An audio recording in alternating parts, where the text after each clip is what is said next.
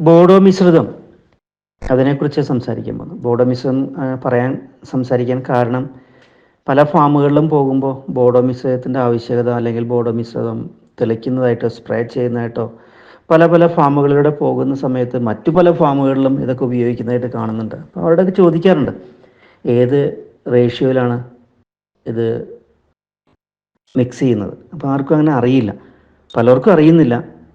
ബോഡോ മിശ്രിതം സ്പ്രേ ചെയ്യണമെന്ന് പറഞ്ഞു, അതുകൊണ്ട് ബോഡോ മിശ്രിതം മിക്സ് ചെയ്ത് ചേർക്കുന്നു. എത്ര കുമ്മായം ചേർക്കണമെന്നോ എത്ര കോപ്പർ സൾഫേറ്റ് ചേർക്കണമെന്നോ ഒരു കണക്കിന് രണ്ടും കൂടി മിക്സ് ചെയ്യുന്നു. അങ്ങനെയൊക്കെ പല തെറ്റുകളും അതിലൂടെ സംഭവിക്കാം. ഒന്ന്, ബോഡോ മിശ്രിതം എന്ന് പറയുന്നത് തന്നെ ഇന്നത്തെ അവസ്ഥയിൽ, മുൻകാലങ്ങളിൽ അറിയാലോ, ബോഡോ മിശ്രിതം കണ്ടുപിടിച്ചതല്ല, അബദ്ധവശാൽ കണ്ടുപിടിക്കപ്പെട്ട ഒരു വസ്തുതയാണ്. അതായത് 1882 മില്ലാഡ് എന്നൊരു ഫ്രഞ്ച് സയൻറ്റിസ്റ്റ്, അതിന് കാരണമുണ്ട്.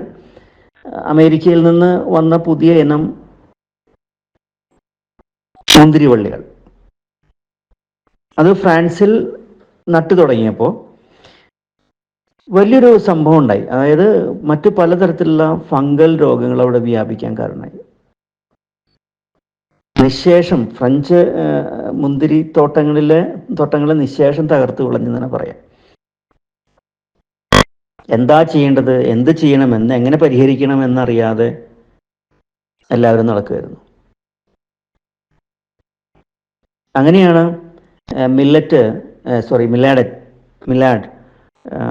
മില്ലാഡ് ഒരു ദിവസം ബോഡോ യൂണിവേഴ്സിറ്റിയുടെ അടുത്തുള്ള തോട്ടങ്ങളിലൂടെ നടക്കുന്നത്. ബോഡോ മിശ്രിതത്തിന് പേര് വരാൻ കാരണം അതാണ്. ബോഡോ യൂണിവേഴ്സിറ്റി, ബോഡോ എന്ന സ്ഥലത്തു നിന്നാണ് അത് ആദ്യം ഉണ്ടാകുന്നത്. അങ്ങനെയാണ് ബോഡോ മിശ്രിതം എന്നുള്ള പേര് വരാൻ കാരണം. ബോഡോ എന്നുള്ള കൃത്യം സ്പെല്ലിംഗ് കുറച്ച് ബുദ്ധിമുട്ടാണ്, പക്ഷേ സാധാരണ രീതിയിൽ BORDO ബോഡോ എന്ന് ഉപയോഗിക്കാറുണ്ട്. അപ്പോൾ മില്ലാഡ് വന്നിട്ട് ഇങ്ങനെ നടന്നുകൊണ്ടിരിക്കലെ ഒരു തോട്ടത്തിൽ ഒരു അത്ഭുതം കണ്ടു. അതായത് ഒരു തോട്ടം വളരെ പച്ചച്ച് ഒരു രോഗങ്ങളില്ലാതെ നിൽക്കുന്നു, അപ്പുറത്തുള്ള തോട്ടങ്ങളെല്ലാം വളരെ അപകടത്തിൽ, ഫംഗൽ രോഗങ്ങളൊക്കെ വ്യാപിച്ച് ആകെ തകർന്നുകൊണ്ടിരിക്കുന്ന അവസ്ഥ. ഒരു തോട്ടത്തിൽ മാത്രം പച്ചപ്പ് കാണുന്നു. അപ്പോഴാണ് അതിൻ്റെ ഓണറോട്, ഫാമിൻ്റെ മാനേജറോട് അല്ലെങ്കിൽ ഫാം ഓണറോട് ചോദിക്കുക, എന്താ ഇവിടെ ചെയ്തതെന്നുള്ളത്. അപ്പോൾ ആളൊന്നും ചെയ്തിട്ടില്ല, ആൾക്ക് അറിയില്ല പച്ചപ്പിനുള്ള കാരണം എന്താണെന്ന് അറിയില്ല. പക്ഷേ എൻ്റെ തോട്ടത്തിൽ എപ്പോഴും ഈ വഴിയോരത്തിലായിരുന്നുകൊണ്ട് പലരും കട്ടുകൊണ്ട് പോകും. ഈ മുന്തിരി ഒക്കെ ഉണ്ടായി കഴിഞ്ഞാൽ കട്ടുകൊണ്ട് പോകും, പറിച്ചുകൊണ്ട് പോകാറുണ്ട്. കുട്ടികൾ പോകുമ്പോൾ അല്ലെങ്കിൽ മറ്റുള്ള വഴി കൂടെ പോകുമ്പോൾ ഒരു രസം, ഒരു കൊലമുന്തിരി പൊട്ടിച്ചുകൊണ്ട് പോകുന്നു. അങ്ങനെ ഒരു ദിവസം 10-15 ആ സൈഡിൽ കൂടെ പോകുന്നവരുണ്ടെങ്കിൽ പിന്നെ ആ മുന്തിരിത്തോട്ടം കാലിയാവും. അപ്പം അതിനുവേണ്ടി ആളെന്ത് ചെയ്തു, അന്ന് പ്രചാരത്തിലിരുന്നിരുന്ന ഒരു മരുന്ന് എന്നുള്ള നിലയ്ക്ക് ഈ കോപ്പർ സൾഫേറ്റും കുറച്ച് ചുണ്ണാമ്പൊക്കെ കൂടി കലക്കിയിട്ട്, അപ്പോൾ ഒരു തരത്തിലുള്ള നീല നിറം ആകെ വരും ഇലകളിലും മുന്തിരിയിലൊക്കെ. അപ്പം അങ്ങനെ ഉപയോഗിക്കുമ്പോൾ ആളുകൾ വിചാരിക്കും എന്തോ പോയസൺ അടിച്ച് വെച്ചിരിക്കുകയാണ്, അത് കഴിക്കാൻ പറ്റില്ല എന്നർത്ഥത്തിൽ അവർ പൊട്ടിക്കാതെ പോകുന്നു. മറ്റുള്ള തോട്ടങ്ങളിലെല്ലാം കാണുമ്പോൾ പൊട്ടിക്കുന്നില്ലാണ്ട് ഈ നിറം വന്നിട്ടുള്ള ഈ ബ്ലൂയിഷ് നിറത്തിൽ നിൽക്കുന്ന എന്തോ വിഷം പരട്ടി വെച്ചിരിക്കുകയാണ്, അതുകൊണ്ട് അത് കഴിക്കാൻ പറ്റില്ല എന്നുള്ള അർത്ഥത്തിൽ ആരും പൊട്ടിക്കാറില്ല. അത്രമാത്രം അറിഞ്ഞിരുന്നുള്ളൂ. അങ്ങനെയാണ് ഇദ്ദേഹം മില്ലാഡ് വന്നിട്ട് അതിൻ്റെ ഒരു പരിശോധന നടത്തുന്നത്. എന്തൊക്കെയാണ് അതിൽ ചേർന്നിട്ടുള്ളത്, എത്ര അളവിൽ ചേരണം, എത്ര അളവിൽ ചേർത്തിട്ടുണ്ട്. അങ്ങനെയാണ് അദ്ദേഹം ഈ കോപ്പർ ബോഡോ മിശ്രിതം എന്നൊരു കോമ്പിനേഷൻ ഉണ്ടാക്കിയെടുക്കുന്നത്. കോപ്പർ സൾഫേറ്റും ചുണ്ണാമ്പ് പൊടിയും ചേർത്തുകൊണ്ട്, മീൻസ് കുമ്മായപ്പൊടി ചേർത്തുകൊണ്ട് ഇത് ഉണ്ടാക്കിയെടുക്കുന്നത്. അപ്പോൾ ഇതെങ്ങനെ ഉണ്ടാക്കേണ്ടതെന്ന് ചോദിച്ചാൽ ഒന്നാമത്തെ സ്ലൈഡിൽ വിവരിക്കുന്നുണ്ട്. ഒന്നാമത്തെ സ്ലൈഡിൽ ചെറിയ വിവരണം. കോപ്പർ സൾഫേറ്റ് എന്താണെന്ന് എല്ലാവർക്കും അറിയാം, ബോഡോ മിശ്രിതമാണ്. അല്ലെങ്കിൽ ബോഡോ മിശ്രിതത്തിൽ കോപ്പർ സൾഫേറ്റും ലൈമും ചേരുന്നു. ലൈമിൻ്റെ പ്രത്യേകത എന്താണെന്ന് ചോദിച്ചു കഴിഞ്ഞാൽ, ലൈം കൂടി ചേരുമ്പോൾ, കുമ്മായം കൂടി ചേരുമ്പോൾ calcium carbonate, calcium oxide, calcium hydroxide എന്നൊക്കെ പറയാം. അത് വിവരിച്ച് തരേണ്ടതാണ്. കാൽസ്യം ഓക്സൈഡ് എന്ന് പറയുമ്പോൾ കാൽസ്യം കാർബണേറ്റിനെ നമ്മൾ വലിയ അളവിൽ ചൂടാക്കിയെടുത്ത് പൊട്ടിച്ചെടുക്കുന്നതാണ് കാൽസ്യം ഓക്സൈഡ് എന്ന് പറയുന്നത്. കാൽസ്യം ഓക്സൈഡ് വെള്ളത്തിൽ ചേർന്ന് കഴിഞ്ഞാലോ അത് പിന്നെ കാൽസ്യം ഹൈഡ്രോക്സൈഡായി. കാൽസ്യത്തിൻ്റെ ഒരു സൈക്കിൾ കൂടിയാണ് ഇനി പറയുന്നത്. കാൽസ്യം ഹൈഡ്രോക്സൈഡ് എന്ന് പറഞ്ഞാൽ നമ്മുടെ ചുണ്ണാമ്പ്, അതല്ലെങ്കിൽ കാൽസ്യം ഓക്സൈഡ് എന്താണെന്ന് ചോദിച്ചാൽ ക്വിക്ലൈം എന്നും പറയാറുണ്ട്.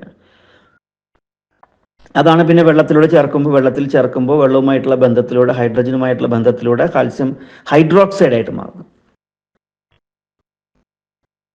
ഈ ഹൈഡ്രോക്സൈഡ് പിന്നെ നമ്മൾ പുറത്തേക്ക് എടുത്ത് വെച്ച് കഴിഞ്ഞാൽ പിന്നെ വായുവുമായിട്ടുള്ള സമ്പർക്കത്തിലൂടെ അത് വീണ്ടും കാൽസ്യം കാർബണേറ്റ് ആയിട്ട് തിരിച്ചു പോകുന്ന ഒരു അവസ്ഥയിലേക്ക് എത്തുന്നു.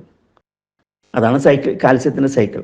അപ്പോൾ ഈ കാൽസ്യം ചേരുന്നതോട് കൂടിയിട്ട് കോപ്പർ സൾഫേറ്റിൻ്റെ ആ ഒരു അസിഡിറ്റി ഉണ്ടല്ലോ, അതിൻ്റെ ഒരു അസിഡിറ്റി എന്ന് പറഞ്ഞാൽ കോപ്പർ സൾഫേറ്റ് ഒരു 3-4 ഉള്ള സാധനമാണ്. അത്രയും വളരെ ഇതായിട്ട് പോകും.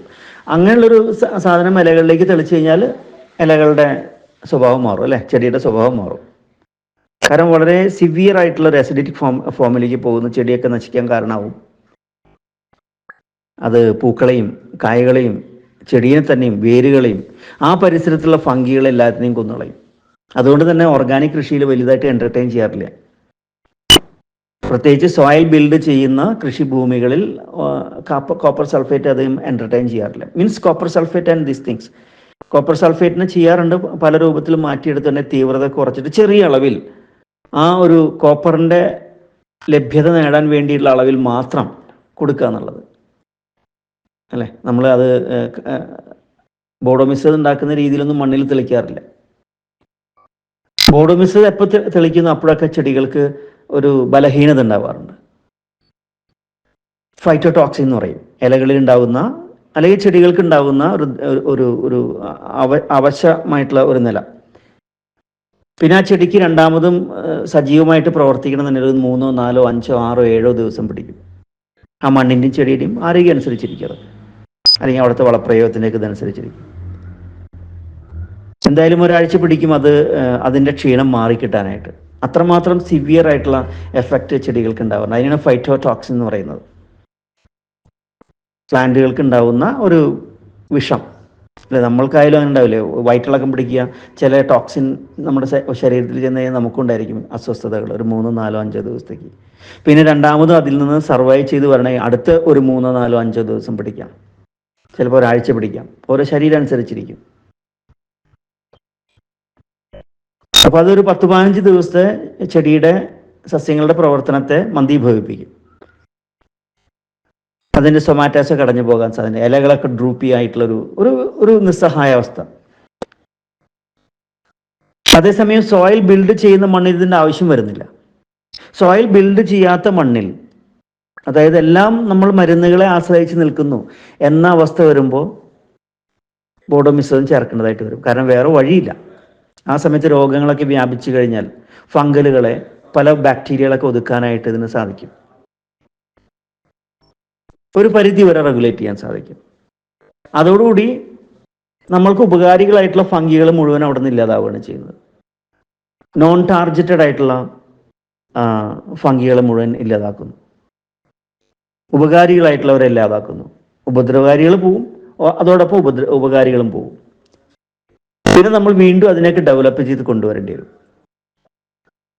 ചെടികളിലുള്ള മണ്ണിലുള്ള ഇതിനെല്ലാം രണ്ടാമത് നമ്മൾ ഡെവലപ്പ് ചെയ്ത് ബിൽഡ് ചെയ്ത് കൊണ്ടുവരേണ്ടി വരും. അതിന് വീണ്ടും പിടിക്കാൻ 2-3 മാസം അല്ലെങ്കിൽ 4 മാസം. അതുകൊണ്ട് തന്നെ കോപ്പർ സൾഫേറ്റ് അധികം ഉപയോഗിക്കാൻ പറയാറില്ല, ഇലകളിൽ പ്രത്യേകിച്ചും. വലിയ വലിയ മരങ്ങൾ, ഒറ്റപ്പെട്ട് നിൽക്കുന്ന മരങ്ങൾ, ഇത് ലാഭമാണല്ലോ. മറ്റുള്ള ഏത് മരുന്നുകളെക്കാളും ലാഭമായതുകൊണ്ട്, എളുപ്പമായതുകൊണ്ടും അത് മിക്സ് ചെയ്ത് പോകുന്നു, സ്പ്രേ ചെയ്ത് പോകുന്നു, വേറൊരു വഴിയില്ലാത്തതുകൊണ്ട്. അതേസമയം സോയിൽ ബിൽഡ് ചെയ്തിട്ടുള്ള മണ്ണിൽ ഇത്തരത്തിലുള്ള രോഗങ്ങൾ വരില്ല. സമയാസമയത്തിന് നമ്മൾ മൈക്രോബിയൽ കൺസോർഷ്യം, അതല്ലെങ്കിൽ രോഗങ്ങൾക്കും കീടങ്ങൾക്കും എതിരെയുള്ള മരുന്നുകൾ ഉപയോഗിക്കുന്ന ഓർഗാനിക് രൂപത്തിൽ തന്നെ ഇന്ന് അത്രയും വിപുലമായിട്ടുള്ള രീതിയിൽ ആയിക്കഴിഞ്ഞു. Biostimulants and bio pesticides, bio agents എന്നൊക്കെ പറയുന്നില്ലേ. ഇതെല്ലാം ഏറ്റവും നല്ല അളവിലും ഏറ്റവും നല്ല കഴിവുള്ള, ഏറ്റവും ഫലവത്തായിട്ടുള്ള മൈക്രോബുകളെ കൊണ്ട് നമ്മൾ രോഗങ്ങളും കീടങ്ങളെയും നിയന്ത്രിക്കാൻ പഠിച്ചു കഴിഞ്ഞു. മണ്ണിനെ മെച്ചപ്പെടുത്തുന്നതിലൂടെ വീണ്ടും വീണ്ടും ചെടികളുടെ ആരോഗ്യം വർദ്ധിപ്പിക്കാനും ചെടികൾ കൊണ്ട് തന്നെ ചെടികളുടെ ഇമ്മ്യൂൺ പവർ കൊണ്ട് തന്നെ രോഗങ്ങളും കീടങ്ങളും ഇല്ലാതാക്കാൻ നമ്മൾ പഠിച്ചു കഴിഞ്ഞു. നമ്മളെ സയൻസ് ആ ലെവലിലേക്ക് എത്തി. പക്ഷെ ഇപ്പോഴും ആ സയൻസിന്, അത്തരത്തിലുള്ള ആ അറിവിനെ ഒരു ജനകീയമാക്കി മാറ്റാൻ അല്ലെങ്കിൽ ജനങ്ങളിലേക്ക് കൃഷിക്കാരിലേക്ക് മുഴുവൻ എത്തിക്കാൻ സാധിച്ചിട്ടില്ല എന്ന് മാത്രം. ഇപ്പോഴും അവരെല്ലാം ബ്രെയിൻ വാഷ്ഡ് ആയിട്ട് നിൽക്കുകയാണ്. കാരണം എല്ലാത്തിനും രാസവസ്തുക്കൾ തന്നെ വേണം, കീടനാശിനികൾ വേണം എന്ന ഒരു ഒരു ശീലമായി കഴിഞ്ഞു. അതുകൊണ്ട് തന്നെ വലിയ ബുദ്ധിമുട്ടുണ്ട്. അതുകൊണ്ട് തന്നെ മണ്ണും വീണ്ടും വീണ്ടും കേടായിക്കൊണ്ടിരിക്കുന്നു അല്ലേ.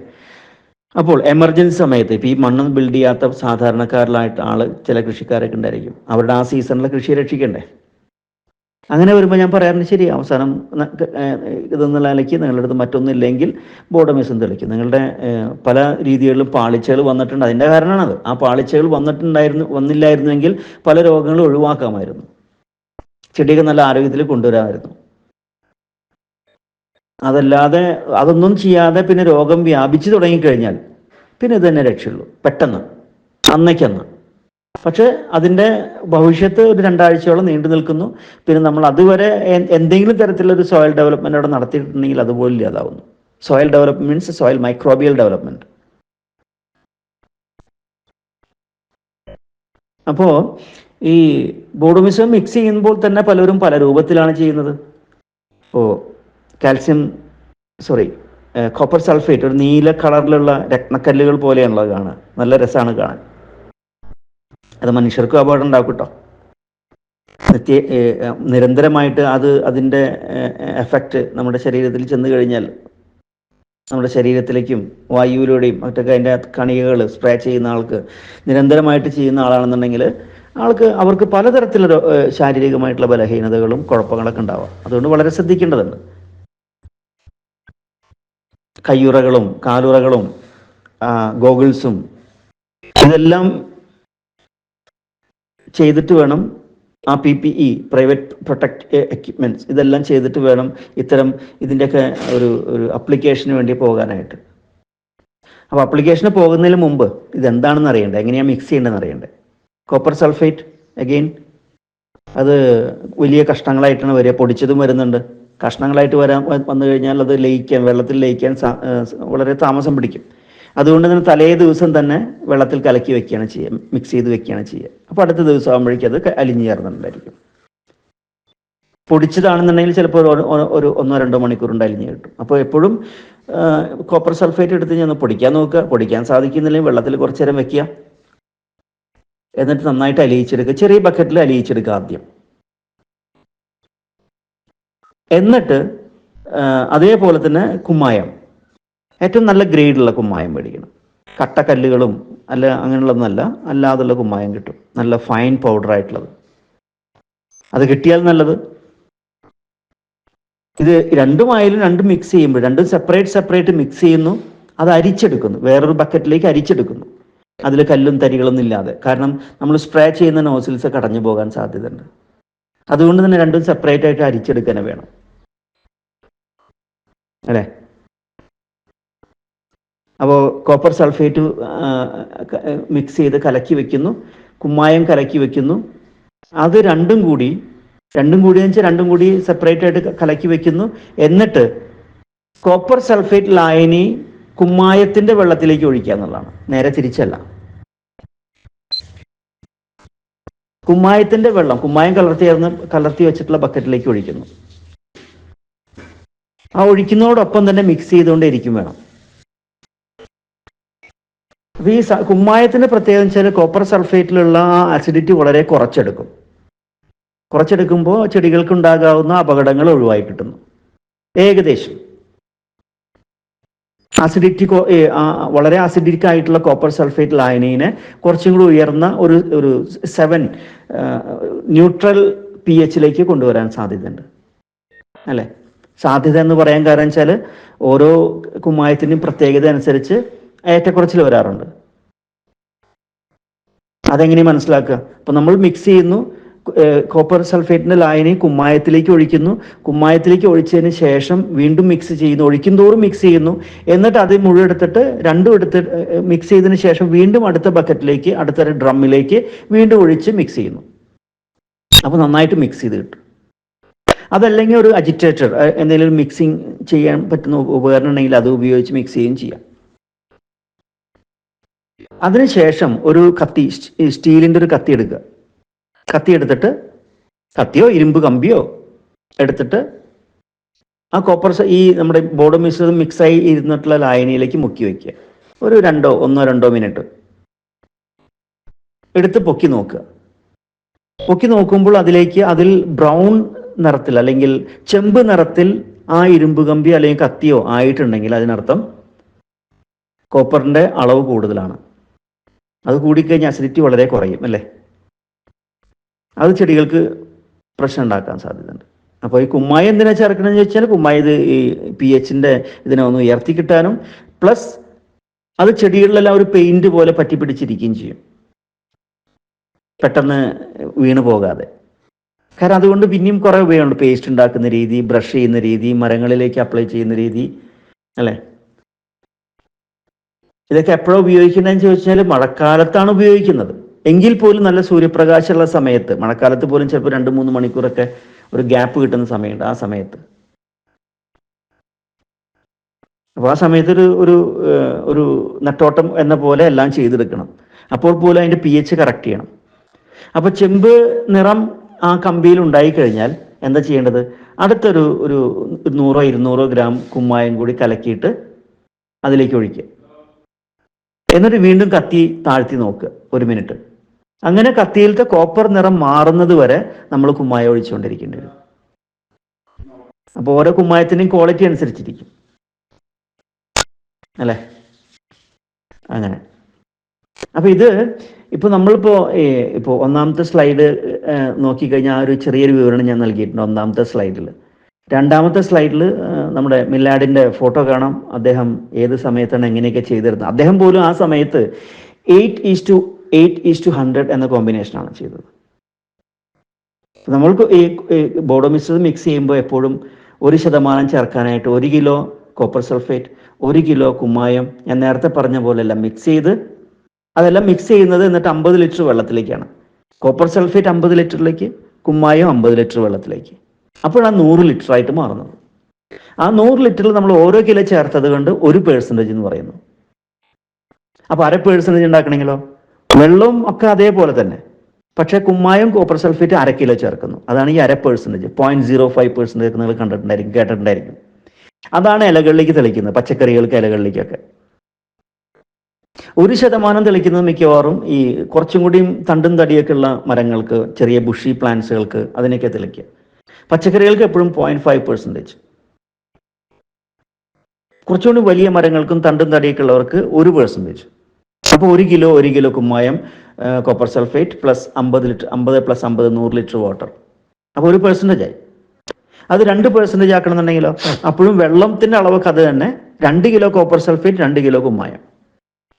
ഇപ്പം നേരത്തെ പറഞ്ഞ പോലുള്ള ഒരു പരിശോധന. ഇപ്പോൾ അത് കത്തി താഴ്ത്തി നോക്കേണ്ട ആവശ്യമില്ല. അല്ലാതെ തന്നെ ചില pH-നെ അളക്കുന്ന ഇലക്ട്രോണിക് ഉപകരണങ്ങളുണ്ട്. വെള്ളത്തിലേക്ക് അതിൻ്റെ അത് സ്വിച്ച് അമർത്തി കഴിഞ്ഞാൽ ടോർച്ച് പോലെ അതിൽ നിന്നാണ് റീഡ് ചെയ്തെടുക്കുന്നത്. അങ്ങനത്തെ ഉപകരണങ്ങളൊക്കെ ഉണ്ട്.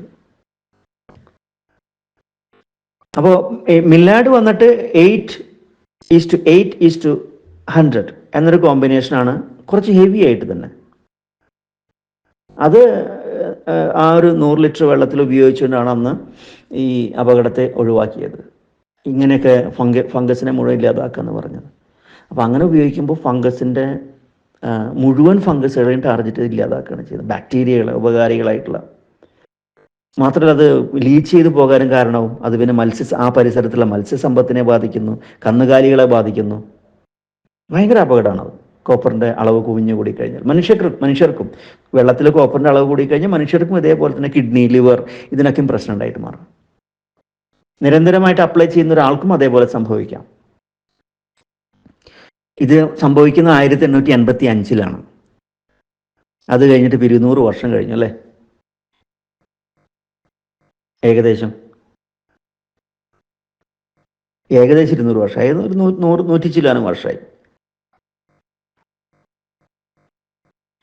100 ചില്ലാനും വർഷത്തിനിടയ്ക്ക് നമ്മളുടെ സയൻസ്, നമ്മളുടെ അറിവുകൾ എത്രമാത്രം വളർന്നു. അങ്ങനെ വന്നു തുടങ്ങിയപ്പോൾ ബോഡോ മിശ്രിതത്തിൻ്റെ ഉപയോഗം കുറഞ്ഞു തുടങ്ങി. മാത്രമല്ല നമ്മൾ അതിനുശേഷം മൈക്രോബിയൽ കൺസോർഷ്യം തന്നെ അത്ഭുതകരമായിട്ടുള്ള രീതി വളർത്തിയെടുത്തു കഴിഞ്ഞു. അപ്പോൾ പിന്നെ കോപ്പർ സൾഫേറ്റിൻ്റെ ആവശ്യമില്ലാതായി. എന്ന് വെച്ച് കോപ്പർ എന്ന മൂലകം ആവശ്യമില്ല എന്നല്ല പറയുന്നത്, കോപ്പർ ആ ബോഡോ മിശ്രിതത്തിൻ്റെ ആവശ്യം കുറഞ്ഞു തുടങ്ങി. മാത്രമല്ല എളുപ്പമാണ്, കുറച്ചും കൂടി എളുപ്പമാണ്. പല ബയോ സ്റ്റിമുലൻസ് ഒക്കെ ഉപയോഗിക്കുമ്പോൾ കുറച്ചും കൂടി എളുപ്പമാണ്. ഇങ്ങനെ മിക്സ് ചെയ്യാനും തൂക്കം നോക്കാനും അളന്ന് നോക്കാനും pH നോക്കാനും നിൽക്കേണ്ട ആവശ്യമില്ല. മണ്ണിനെ ഡെവലപ്പ് ചെയ്യും തോറും നിങ്ങൾക്ക് ഈ രോഗങ്ങൾ ഇല്ലാതാകുന്നുള്ളതിന് 100% ഉറപ്പാണ്. ആ മണ്ണിൻ്റെ ഡെവലപ്മെൻ്റ് അനുസരിച്ച്, സോയിൽ ഡെവലപ്മെൻ്റ് അനുസരിച്ച്, സോയിൽ ബിൽഡിംഗ് മെത്തേഡ്സ് അനുസരിച്ച് അതിലത്തെ മൈക്രോബുകളുടെ പോപ്പുലേഷൻ വൈവിധ്യമാർന്ന മൈക്രോബുകൾ വളരുക, അതിൻ്റെ ഹയർ പോപ്പുലേഷനിൽ വളരുക, അങ്ങനെയൊക്കെ വരുമ്പോഴാണ് രോഗങ്ങളും കീടങ്ങളൊക്കെ ഇല്ലാതാക്കാൻ സാധിക്കുന്നത്. അപ്പോൾ അത്തരത്തിലൊരു പ്രാക്ടീസ് ഇല്ലാത്ത മണ്ണിൽ ഓൾ ഓഫ് സഡൻ പെട്ടെന്നൊരു രോഗങ്ങളുടെ അവസ്ഥ ഉണ്ടാവുകയാണ്. ഒരു ദിവസം കൊണ്ടോ 2 ദിവസം കൊണ്ടോ 3 ദിവസം കൊണ്ടോ റെസക്ടോണിയ, പിത്തിയം, അല്ലെങ്കിൽ ഏലം കൃഷിയിലൊക്കെ ആണെങ്കിൽ ചെന്തൽ രോഗങ്ങളൊക്കെ ഉണ്ടല്ലോ, അങ്ങനെയുള്ള രോഗങ്ങൾ 2-3 സീരിയസ് ആയിട്ടുള്ള രോഗങ്ങളുണ്ട്, അഴുകലിന് കാരണമാകുന്ന. അങ്ങനെയൊക്കെ വരുമ്പോൾ ഒന്നും കയ്യിലില്ലെങ്കിൽ പിന്നെ ഒരു 10-15 ദിവസത്തെ നഷ്ടം സഹിച്ചാലും കുഴപ്പമില്ല എന്ന് വെച്ചിട്ട് ബോഡോ മിശ്രിതം സ്പ്രേ ചെയ്യണം എന്നുള്ളത്. അതും ഒരു തോട്ടത്തിൽ ഒരു സൂചന കണ്ടു കഴിഞ്ഞാൽ അപ്പം തന്നെ ചെയ്യുക എന്നുള്ളതാണ്, അല്ലെങ്കിൽ വ്യാപകമായിട്ടല്ല. അതിൻ്റെ സൂചനകൾ കണ്ടാൽ അറിയാൻ സാധിക്കും. ഒരു സോക്കി ആയിട്ടുള്ള വെള്ളം തുണിയിൽ തെളിച്ചാൽ എങ്ങനെയായിരിക്കും, ഒരു നനഞ്ഞ പോലെ ഒരു തോന്നലൊക്കെ ഉണ്ടാവും, ഇലകളിലൊക്കെ കാണാൻ പറ്റും. ചില മഞ്ഞ സ്പോട്ടുകൾ കാണാം. അങ്ങനെ 2-3 സീരിയസ് ആയിട്ടുള്ള ഫംഗൽ രോഗങ്ങൾ അത്തരത്തിൽ പ്രൊട്ടക്റ്റീവായിട്ടുള്ള മെഷേഴ്സ് എടുക്കാത്ത കൃഷി സ്ഥലത്തൊക്കെ ഉണ്ടാകാറുണ്ട്. അങ്ങനെ വരുമ്പോൾ ആദ്യ സൂചനയിൽ തന്നെ ബോഡോ മിശ്രിതം സ്പ്രേ ചെയ്യണമെങ്കിൽ വലിയൊരു രീതിയിൽ കൺട്രോൾ ചെയ്യാൻ സാധിക്കും. പിന്നെ അതിനുശേഷം ആ ചെടിയെ മെച്ചപ്പെടുത്തിയെടുക്കാനുള്ള വളപ്രയോഗങ്ങളും പോഷകങ്ങളൊക്കെ നൽകി വളരെ ഇമ്മീഡിയറ്റ്ലി, വളരെ ഫാസ്റ്റായിട്ട് തന്നെ മെച്ചപ്പെടുത്തിയെടുക്കുക. അല്ലെങ്കിൽ ആ 15 ദിവസത്തെ ക്ഷീണം മതി ചെടിക്ക് ഭക്ഷണം ഉണ്ടാക്കാൻ സാധിക്കാതെ അടുത്ത ഏലം കൃഷിയിലൊക്കെയാണെങ്കിൽ അടുത്ത ചിമ്പുകളും ശരങ്ങളൊക്കെ അത് ബാധിക്കാൻ കാരണമാവും, അവരുടെ ആരോഗ്യത്തെ ബാധിക്കാൻ കാരണം. ചിമ്പുകളും ശരങ്ങൾക്കൊക്കെ അനാരോഗ്യകരമായിട്ടുള്ള അവസ്ഥ ഉണ്ടാകുന്നു, അതിൻ്റെ പ്രൊഡക്ടിവിറ്റിനെ ബാധിക്കാൻ സാധ്യതയുണ്ട്.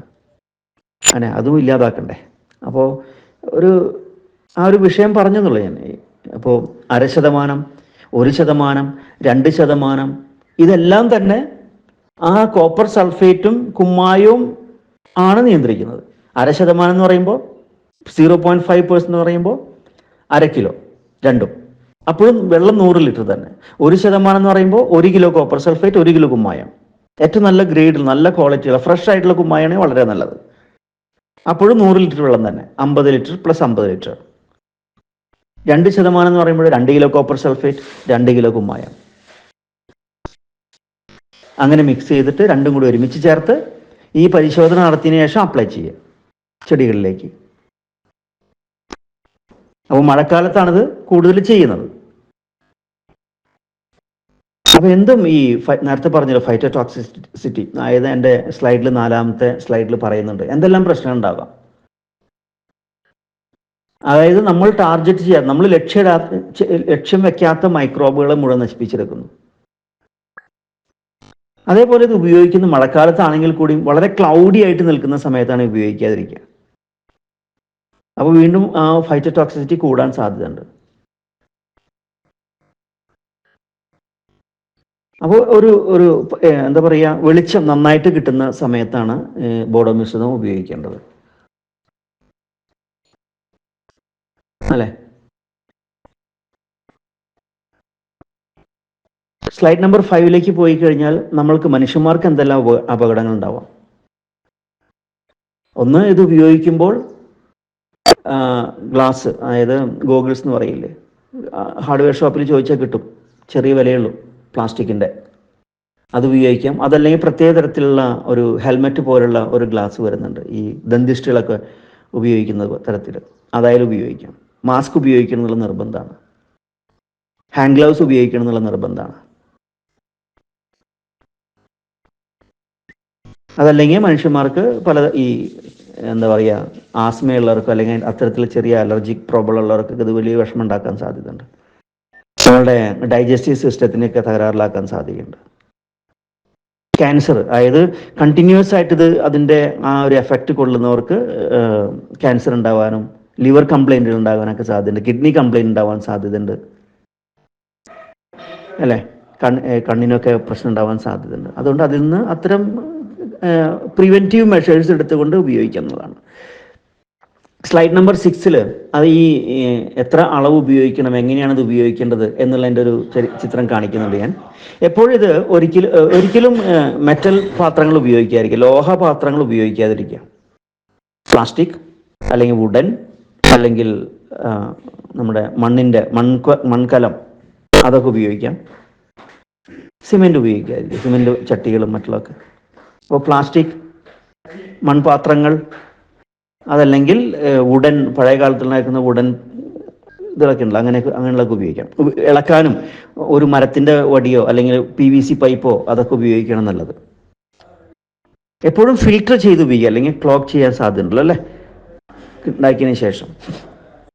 അപ്പോൾ സ്ലൈഡ് നമ്പർ 7 വീണ്ടും അത് കാണിച്ചിട്ടുണ്ട്. Slowly add copper sulphate solution to the lime solution, not the other way around while stirring. Okay, ഇനി ഇത് ബാക്കി എല്ലാം ഉണ്ടാക്കി അപ്പം തന്നെ വിത്തിൻ 24 hours ഉള്ളിൽ തന്നെ ഉപയോഗിച്ച് തീർക്കുക. അഥവാ കുറച്ച് ബാക്കി വന്നു, എന്താ ചെയ്യേണ്ടത്? അടുത്ത ദിവസം ഇമ്മീഡിയറ്റ്ലി അടുത്ത ദിവസം കാലത്ത് ഒരു 10 ഗ്രാം 5 ഗ്രാം ഷുഗർ, പഞ്ചസാര അതിലേക്ക് ഇളക്കിക്കൊണ്ട് മിക്സ് ചെയ്തുകൊണ്ട് ഉപയോഗിക്കാം. അത് അങ്ങനെ അതിനെ ഞാൻ അഡ്വൈസ് ചെയ്യില്ല, അങ്ങനെ ഉപയോഗിക്കണം അഡ്വൈസ് ചെയ്യില്ല ചെയ്യുന്നത്. കോപ്പർ സൾഫേറ്റ് തന്നെ ഉപയോഗിക്കണം ഞാൻ അഡ്വൈസ് ചെയ്യാറില്ല. പക്ഷേ ഇങ്ങനത്തെ ഒരു അവസ്ഥ വന്നാൽ ഉപയോഗിക്കുന്നു. ബാക്കി വന്നാൽ എന്ത് ചെയ്യും? കുറച്ച് അന്ന് രണ്ടാമത്തെ ദിവസം തന്നെ കുറച്ച് ഷുഗർ എടുത്തിട്ട് മിക്സ് ചെയ്തിട്ട് അപ്ലൈ ചെയ്യാം. അപ്പോൾ അതിൻ്റെ ആ ഒരു റിയാക്ഷൻ അതേപോലെ തന്നെ നിലനിൽക്കും ചെയ്യും. ഓക്കെ, അന്നേക്ക് തന്നെ ഉപയോഗിച്ച് തീർക്കാൻ ശ്രമിക്കുക.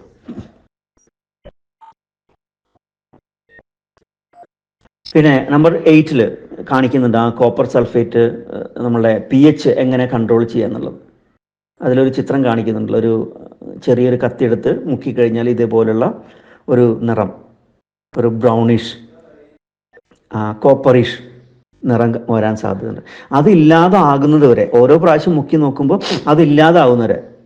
ഇല്ലാതാക്കുന്ന എങ്ങനെയാണ്? വീണ്ടും ഒരു 100-200 ഗ്രാം കുമ്മായം മിക്സ് ചെയ്ത് അതിൻ്റെ വെള്ളം അത് മിക്സ് ചെയ്ത് ഒഴിച്ച് ഇളക്കി കഴിഞ്ഞാൽ വീണ്ടും ഡിപ്പ് ചെയ്യുക. ഈ നിറം ഉണ്ടാവരുത്, കോപ്പറിഷ് ആൻഡ് ബ്രൗണിഷ് കളർ ഉണ്ടാവാൻ പാടില്ല, തുരുമ്പ് പിടിച്ച പോലുള്ളൊരു കളർ ഉണ്ടാവാൻ പാടില്ല അതുവരെ. ഇതേപോലെ തന്നെ ബോഡോ മിശ്രിതത്തിൻ്റെ പേസ്റ്റ് ഉണ്ടാക്കുന്നവരുണ്ട്, ഈ മരങ്ങളിലൊക്കെ തേച്ച് വെക്കാനായിട്ട് കുറച്ച് ലിക്വിഡായിട്ട് ഉപയോഗിക്കുന്നവരുണ്ട്. അത് അങ്ങനെ വരുമ്പോൾ ചെറിയ ക്വാണ്ടിറ്റി മതി, ഒരു 100 ഗ്രാം 200 ഗ്രാം ആ രൂപത്തിൽ. അപ്പോൾ ഇവിടെ ബോഡോ പേസ്റ്റ് ഉണ്ടാക്കുന്ന ഒരു രീതി എഴുതിയിട്ടുണ്ട് ഞാൻ. 100 ഗ്രാം കോപ്പർ സൾഫേറ്റ്, 100 ഗ്രാം കുമ്മായത്തിൻ്റെ പൊടി, 500 മില്ലി വെള്ളം. ഇതെല്ലാം സെപ്പറേറ്റ് മിക്സ് ചെയ്തുകൊണ്ട് ഒരുമിച്ച് ചേർത്ത് pH ഒന്ന് ടെസ്റ്റ് ചെയ്തതിന് ശേഷം ഉപയോഗിക്കുക എന്നാണ്. അപ്പോൾ 1:1:5 എന്ന രീതിയിലായിട്ട് മാറി അല്ലേ. പേസ്റ്റ് ഉണ്ടാക്കുമ്പോൾ വെള്ളം വളരെ കുറവും. അപ്പോൾ 100 ഗ്രാം മതിയാവും. അപ്പോൾ 200 ഗ്രാം ഉപയോഗിക്കുകയാണെങ്കിൽ കൂടുതൽ ആവശ്യമുണ്ടെങ്കിൽ 1/2 കിലോ ഉണ്ടെന്നുണ്ടെങ്കിൽ 1/2 kilo, 500 gram into 500 gram into 2.5 kg വെള്ളം അല്ലേ. അങ്ങനെ ഒരു പേസ്റ്റ് രൂപത്തിൽ ഉണ്ടാക്കുക എന്നുള്ളതാണ്. അതിപ്പോൾ 500 മില്ലി എന്നുള്ളത് 600 മില്ലി വെള്ളമായി, 700 മില്ലി വെള്ളമായി എന്നുള്ളത് കുഴപ്പമില്ല, കാരണം ലിക്വിഡ് കുറച്ചും കൂടി കൂടുന്നുള്ളൂ. പെയിൻ്റ് അടിക്കാൻ ആ രൂപത്തിലാണ് നിങ്ങൾക്ക് ആ ഒരു കൺസിസ്റ്റൻസിയാണ് നിങ്ങൾക്ക് നല്ലതെന്നുണ്ടെങ്കിൽ അതുപോലെ ഉപയോഗിക്കാവുന്നതാണ്. പക്ഷെ മരത്തിലെല്ലാം അതിൻ്റെ ഗ്യാപ്പിലെല്ലാം പിടിച്ചു നിൽക്കും. എന്തിനാണ് മരത്തിൽ ഉപയോഗിക്കേണ്ടി വരുന്നത്? ചില സീരിയസ് ആയിട്ടുള്ള വശങ്ങൾ ഇതൊക്കെ ഉണ്ടാവാറുണ്ട്. കാങ്കേഴ്സ്, മരത്തിലുണ്ടാകുന്ന പലതരത്തിലുള്ള ഫംഗൽ, ഫയർ ബ്ലൈറ്റ്, കാങ്കേഴ്സ് ഇങ്ങനെയൊക്കെ ഉണ്ടാകുമ്പോൾ ഒരു പരിധി വരെ കൺട്രോൾ ചെയ്യാൻ, അത് വ്യാപനം തടയാൻ വേണ്ടിയിട്ടൊക്കെ നമുക്ക് മരങ്ങളിൽ സ്പ്രേ ചെയ്തിട്ടോ അല്ലെങ്കിൽ പേസ്റ്റ് ചെയ്തിട്ട് നിർത്താം. തെങ്ങ്, കവുങ്ങ്, എല്ലാ മരങ്ങളെയും നമുക്ക് അതുപോലെ ചെയ്ത് വെക്കാം. അപ്പോൾ പിന്നെ വലിയ തോതിൽ ഒരു എൻവിറോൺമെൻറ്റൽ പൊല്യൂഷൻ ഉണ്ടാവുന്നില്ല, കാരണം അവിടെ ഒട്ടിപ്പിടിച്ചിരിക്കുകയാണല്ലോ, സാവധാനം മണ്ണിലേക്ക് ഇറങ്ങാണല്ലോ. വർഷത്തിലൊരു തവണ ഉപയോഗിക്കുന്നതിൽ തെറ്റില്ല. ഈ മരങ്ങളിൽ തേക്കാൻ വേണ്ടിയിട്ട്, ബ്രഷ് ചെയ്യാൻ വേണ്ടിയിട്ട് അങ്ങനത്തെ ഒരു ലിക്വിഡ് ഉണ്ടാക്കിക്കൊണ്ട്. അതേപോലെ തന്നെ പ്രൂണിങ് ചെയ്ത് കഴിഞ്ഞാൽ ആ പ്രൂണിങ്ങിൻ്റെ ഭാഗത്ത് തേക്കാൻ വേണ്ടിയിട്ടും ഈ ലിക്വിഡ് ഫോമിൽ കുറച്ചും കൂടി കുഴമ്പ് രൂപത്തിലും അതല്ലാതെ പേസ്റ്റ് രൂപത്തിൽ നമുക്ക് ഉണ്ടാക്കി തേക്കാം ഇതേപോലെ തന്നെ. പ്രൂണിങ് ചെയ്തതിന് ശേഷം. ഈ ഓർച്ചാഡുകളിലൊക്കെ അത് ചെയ്യാറുണ്ട്. അങ്ങനെയും ഉപയോഗിക്കാം. അത് ഞാൻ 9ാമത്തെ സ്ലൈഡിൽ ഞാൻ കാണിക്കുന്നുണ്ട്. ഇതെങ്ങനെയാണ് മരങ്ങളിലൊക്കെ തെങ്ങ്, കവുങ്ങ് സ്പ്രേ ചെയ്യുന്ന രീതി.